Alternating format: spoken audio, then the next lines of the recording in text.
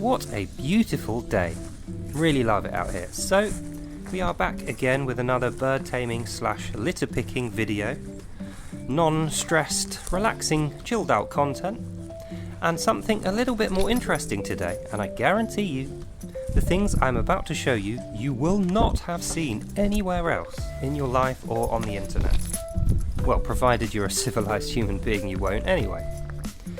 A very curious thing that I came across, and I put to one side with the intent to go back there today to show you all exactly the kind of things that you will find if you do bird taming and litter picking and you spend enough time outside. And the thing that I found is evidence of strange behaviours and goings on in other parts of my local community. Now, this particular object and the story surrounding it was extremely curious to me, intriguing, because it is not something that we would have previously ever seen in this country. I certainly have never ever come across this. And although I wasn't there to witness the particular action, I think from the evidence that we find, we could pretty much be guaranteed that the thing that I think this was is what it was, and it was a very strange occurrence indeed. But no more mystery, let's get straight to the point. So I'm going to fast forward now about maybe 50-60 minutes into my walk. I happened upon this place here. So this is right on the boundary of where human civilization meets with the wilds. On the right hand you have housing, and on the left hand you have the exterior wilds attached to our local farm. Now, nobody goes in here, but you will notice that there is a kind of rickety wooden fence, more designed to keep human beings from going in than it is for animals escaping. So we know that the threat is not from animals. And they have dug a trench around the edge, which I will have to vault over here. A little bit of parkour for you there, amateur parkour. So what do I mean when I say threat? When I say there's no threat from animals? Well, what I mean is the adjacent farm has many animals, livestock, and they are all in pen. Some of them are free-ranging, but the free-ranging areas the animals cannot escape from. Humans, however, can sneak in and steal animals and then sneak back out again. And then if you track through the pathway from the farm, it brings you through this clearing. But I have to say, before I tell you the grisly, gory bit, the details of what I did find, how beautiful is this place? This is how Britain looks before buildings are erected, or before people tromp through and throw lots of rubbish and make a mess. It just really is a glorious country. These are foxgloves. These are weeds. This is literally stuff that people pull up in their gardens. Look how absolutely amazing that looks. And that's really part of the reason why I try to encourage people to come out here, vault over fences if you must, with the necessary permissions granted, and just have a little walk about and explore. And what you will find is evidence of human happenings that you will never come across normally, and from that, the evidence of people's lives, you can figure out what is going on in your area. And that is really another reason why I always very thoroughly litter pick off-beat areas, off the beaten track. So, following what looks like boot marks from a previous person recently was here, I follow the boot marks, the trail, in a circular pattern through the clearing, which is slightly overgrown now, but that's not a bother to me. And I will be finding my way back to something I previously spotted, which is the reason I made this video. And the particular thing that I found is right over there. You see that? You probably can't see it from this distance, so let's get a little bit closer. You will notice this is the skull of a long dead sheep. Now, at first I thought this might be a dog, but then after a closer inspection I realised the snout's too long, the eyes are too far set apart. This is a prey creature, and it has flat, evenly set teeth with no canines. So this is actually a sheep's head. And then if you look here, you can see it's had its neck broken. This bone here is missing on one side, not fractured or shattered as it would be from a bite or a blunt object, cleanly snapped as if someone held it down and twisted its head to one side.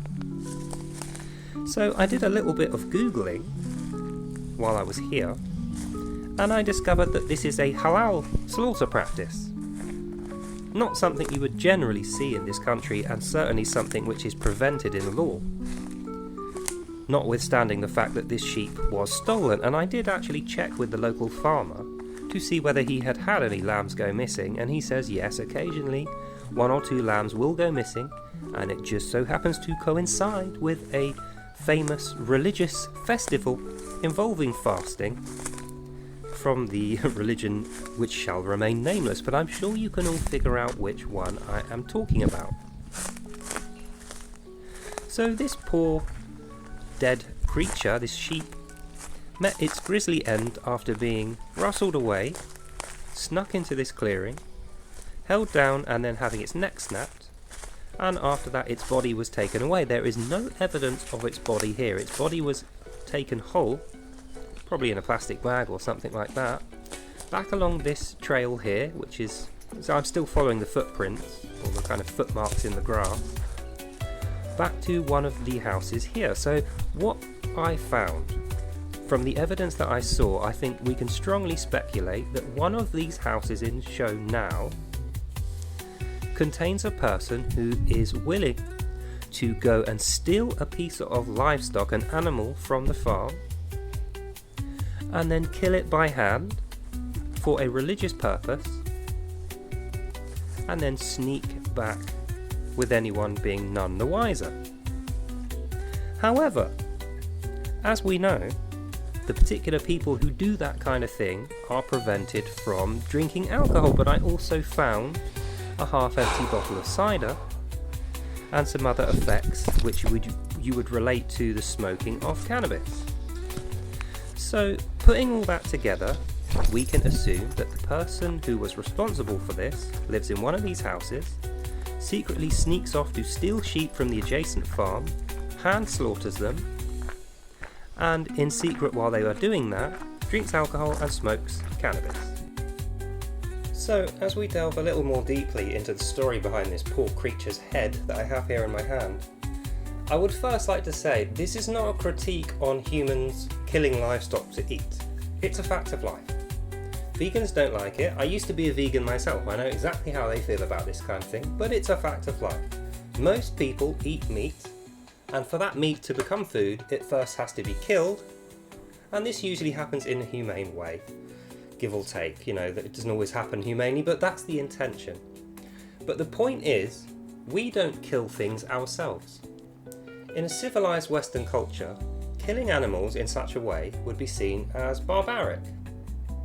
And in psychology, we know that people who are happy to kill small creatures by putting a head across their neck and twisting their head in order to break the neck of the animal, these people are more likely than anyone else to progress on to harming humans. So that's the thing that I want to leave you with, is we have laws in this country against killing animals by hand, unless you have a license and you are a farmer or a vet perhaps. I cannot go and take a sheep, even if it belongs to me, and break its neck, chop its body up into pieces and cook and eat that sheep. It's just not a thing that I will do, because the law of this country prevents me from doing that. Plus, I would just go to a shop. So how do we feel about people coming to this country who have such low regard for our laws that they literally steal sheep from local farmers, then they take it behind where they live, break its neck, and take the body off to eat and just leave things like this lying around? I'm sure it didn't look like this at first. Obviously the forest creatures have had their way with this. But my point is, if they have such a callous view of our law and such a callous view of the animals that live here, how long do you think it's going to be before they go up a level and start applying that to other types of animals, which is how they see us, kufir? How long before this becomes a problem for us? Perhaps it already has, and we're just not particularly made aware of that. So I'm going to put this down as another isolated incident Definitely not connected with terrorism or halal slaughter practices. I'm just going to say this sheep must have wandered its way totally away from the farm, across a road and behind a housing estate, and broken its own neck. Isn't that exactly what the media would try and tell us? So, I'll leave you on that note. Me and my recently deceased sheep bid you a good night. Hope you learned something and you enjoyed this rather morose episode. God bless you all, and I'll see you lovely people in the next one. Bye now. And so I add this to the rather unusual items list of things I found while litter picking. Wallets, driver license, keys, cash, pieces of clothing and underwear, alcohol bottles and bags of drugs, and now, a dead sheep. So that's all for now. God bless you all, and I'll see you next time.